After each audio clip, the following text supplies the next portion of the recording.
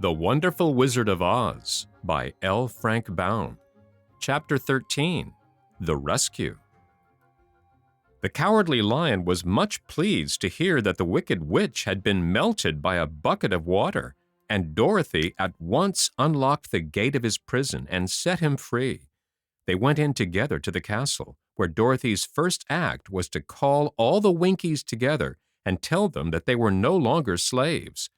There was great rejoicing among the yellow Winkies, for they had been made to work hard during many years for the Wicked Witch, who had always treated them with great cruelty. They kept this day as a holiday, then and ever after, and spent the time in feasting and dancing. "If our friends, the Scarecrow and the Tin Woodman, were only with us," said the Lion, "I should be quite happy." "Don't you suppose we could rescue them?" asked the girl anxiously. "We can try," answered the Lion. So they called the yellow Winkies and asked them if they would help to rescue their friends, and the Winkies said that they would be delighted to do all in their power for Dorothy, who would set them free from bondage. So she chose a number of the Winkies who looked as if they knew the most, and they all started away. They traveled that day and part of the next until they came to the rocky plain where the Tin Woodman lay, all battered and bent. His axe was near him, but the blade was rusted and the handle broken off short. The Winkies lifted him tenderly in their arms and carried him back to the Yellow Castle again, Dorothy shedding a few tears by the way at the sad plight of her old friend, and the Lion looking sober and sorry. When they reached the castle, Dorothy said to the Winkies, "Are any of your people tinsmiths?" "Oh, yes, some of us are very good tinsmiths," they told her. "Then bring them to me," she said. And when the tinsmiths came, bringing with them all their tools in baskets, she inquired, "Can you straighten out those dents in the Tin Woodman and bend him back into shape again, and solder him together where he's broken?" The tinsmiths looked the woodman over carefully and then answered that they thought they could mend him so he would be as good as ever.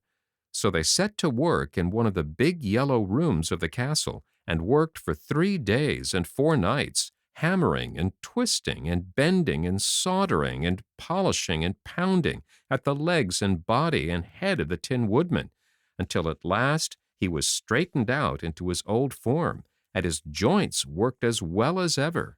To be sure, there were several patches on him, but the tinsmiths did a good job, and as the woodman was not a vain man, he did not mind the patches at all.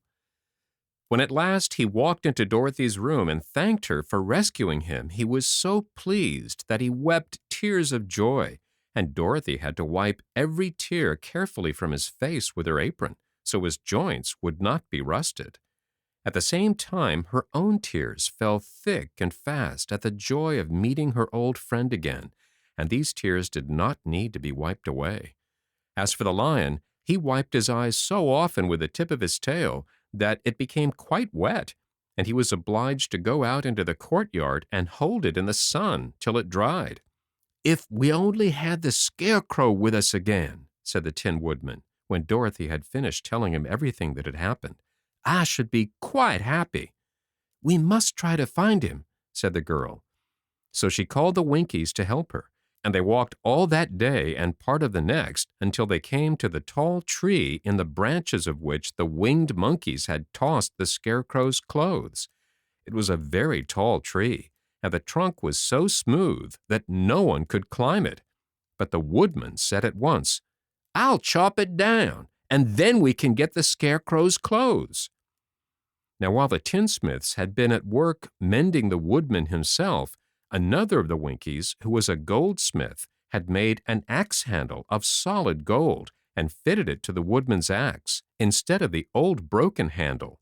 Others polished the blade until all the rust was removed, and it glistened like burnished silver.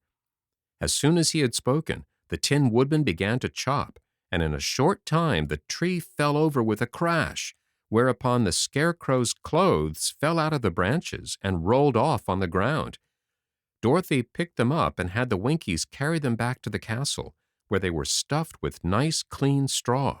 And behold, here was the Scarecrow, as good as ever, thanking them over and over again for saving him. Now that they were reunited, Dorothy and her friends spent a few happy days at the Yellow Castle, where they found everything they needed to make them comfortable. But one day the girl thought of Aunt Em and said, "We must go back to Oz and claim his promise." "Yes," said the Woodman, "at last I shall get my heart." "And I shall get my brains," added the Scarecrow joyfully. "And I shall get my courage," said the Lion thoughtfully. "And I shall get back to Kansas," cried Dorothy, clapping her hands. "Oh, let us start for the Emerald City tomorrow." This they decided to do. The next day they called the Winkies together and bade them goodbye. The Winkies were sorry to have them go, and they had grown so fond of the Tin Woodman that they begged him to stay and rule over them and the Yellow Land of the West.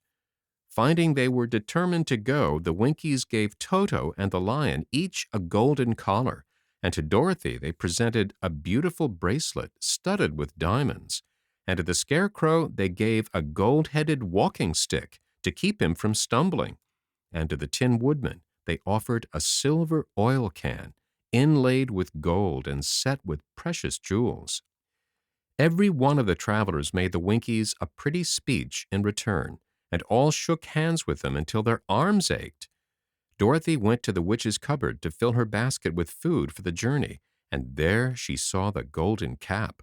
She tried it on her own head and found that it fitted her exactly.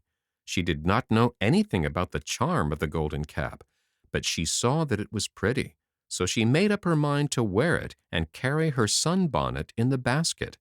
Then, being prepared for the journey, they all started for the Emerald City, and the Winkies gave them 3 cheers and many good wishes to carry with them.